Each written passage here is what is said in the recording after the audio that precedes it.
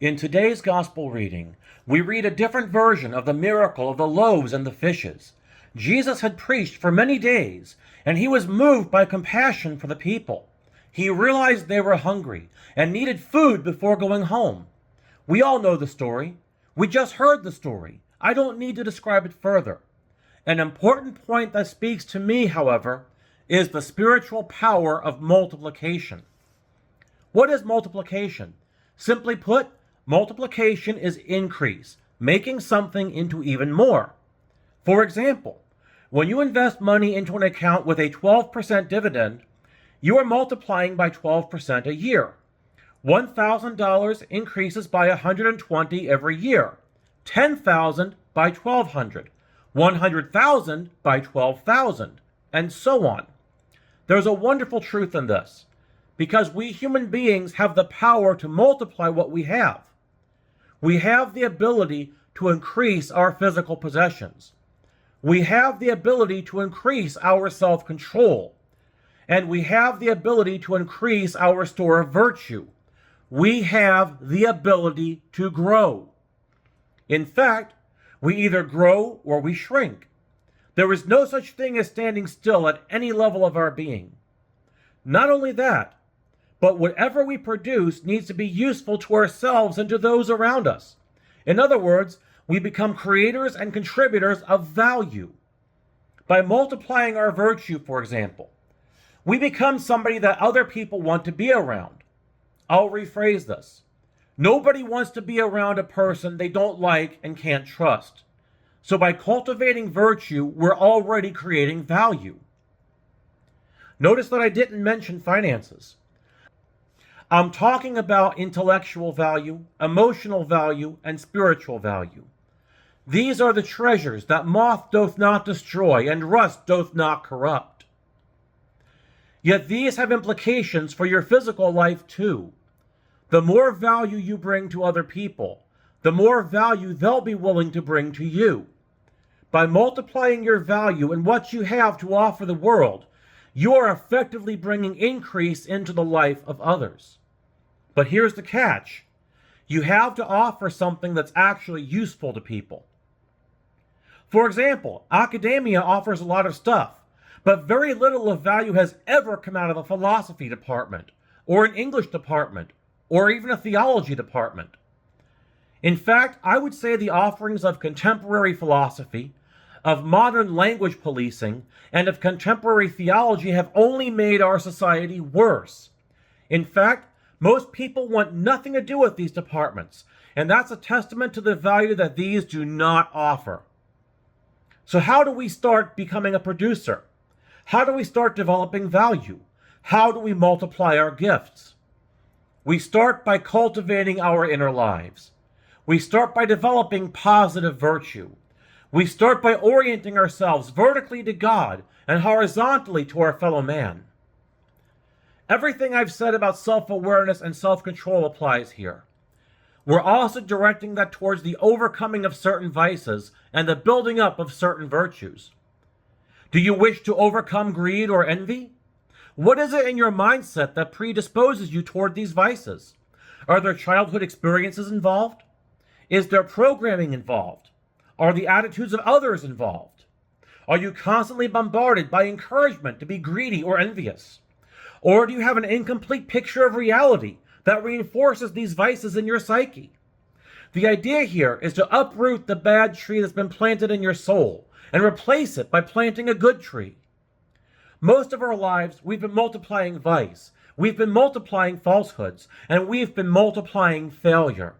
In other words, we've been dividing rather than multiplying, decreasing rather than increasing. We can increase our virtue, our value, by reading about the lives of virtuous people, learning from their successes as well as their failures. We can form relationships with the saints and angels whose patronage is the overcoming of a certain vice or the building up of a certain virtue. For example, St. Mary Magdalene is patroness for overcoming sexual temptation, the vice of lust. And St. Joseph is the patron for archetypal healthy masculinity. But through all this, the one virtue we really need to develop is that of prudence. Prudence is the ability to size up a situation and the people in it and make the correct decisions for action. As an example of why this is important, I would point out that for every one Nikola Tesla who wants to give the world electricity for free, there were at least 1,000 Thomas Edisons who want to rip him off and take that gift away from him and from us. In other words, you want to make sure your virtue, your gift, and your value are not exploited or taken advantage of. The world itself may not be evil, but there are plenty of individuals in it who are. Lastly, you also want to increase and multiply your physical situation.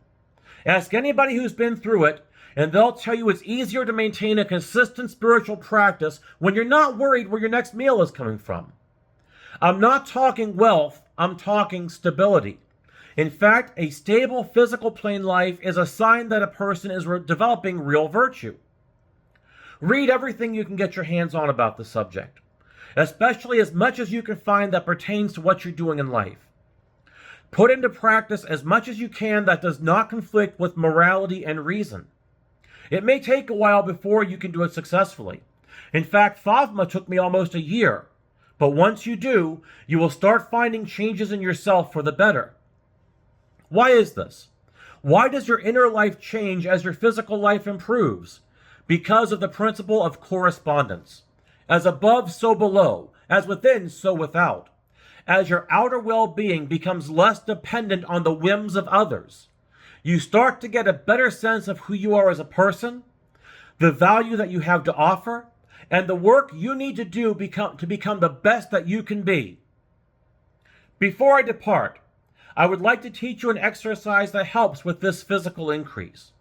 It's called the multiplication method, and I've adapted this from Melita Denning and Osborne Phillips' book, The Practical Guide to Creative Visualization. When you begin, you have to have at least a little bit of what you want to multiply. It could be a dollar bill or even a penny. And don't hate it because you don't have enough, but start by looking at it as the gateway towards multiplying more. Before you start the technique, it helps to do some energy work. The middle pillar or the rousing of the citadels are great choices, and so is the second formula clavis rei prime if you're used to working with it. My own work with the middle pillar can be found on the Thavma website, and I'll link to it when I post this transcript to the web. Here are the steps to the technique as I use it in my own practice. Step 1, you must have some of what you want to multiply on hand. Step 2, sit or stand quietly. Begin rhythmic breathing and relax. Energy work is a good idea at this point. The middle pillar or rousing of the citadels, as I've said before, is an excellent option.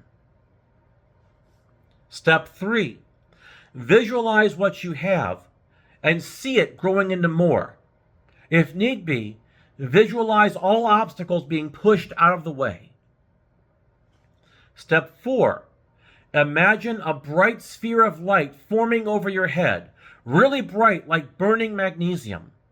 If you've never seen what burning magnesium looks like, I've linked to a video of it on the transcript. That way everybody's on the same page, so to speak. This bright sphere of light is your Kesser, or your divine spark. What we're visualizing here is the spiritual point of contact between ourselves and God, the source of all spiritual power. Step 5. Now visualize the light from the sphere covering what you have, and know that it's being empowered to multiply. Step 6. Once this light permeates your possession, say out loud, "Good and sufficient to me is my whatever. By the power of Almighty God do I bless it, and in fullness do I physically possess it." Step 7.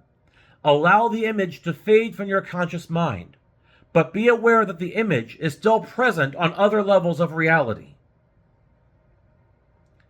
It may take some time to learn and become proficient with this method, but I found it to be very helpful and very useful. My hope is that it will be helpful and useful for you also. And so I leave you with this much in mind. The idea of multiplication, the idea of why multiplication is good, especially multiplication at all levels, why multiplication leads to an increase in us offering value, not just to ourselves, but to the world around us, and a short technique to help you multiply. I hope this is helpful. I hope this is useful. And I look very forward to seeing you next time.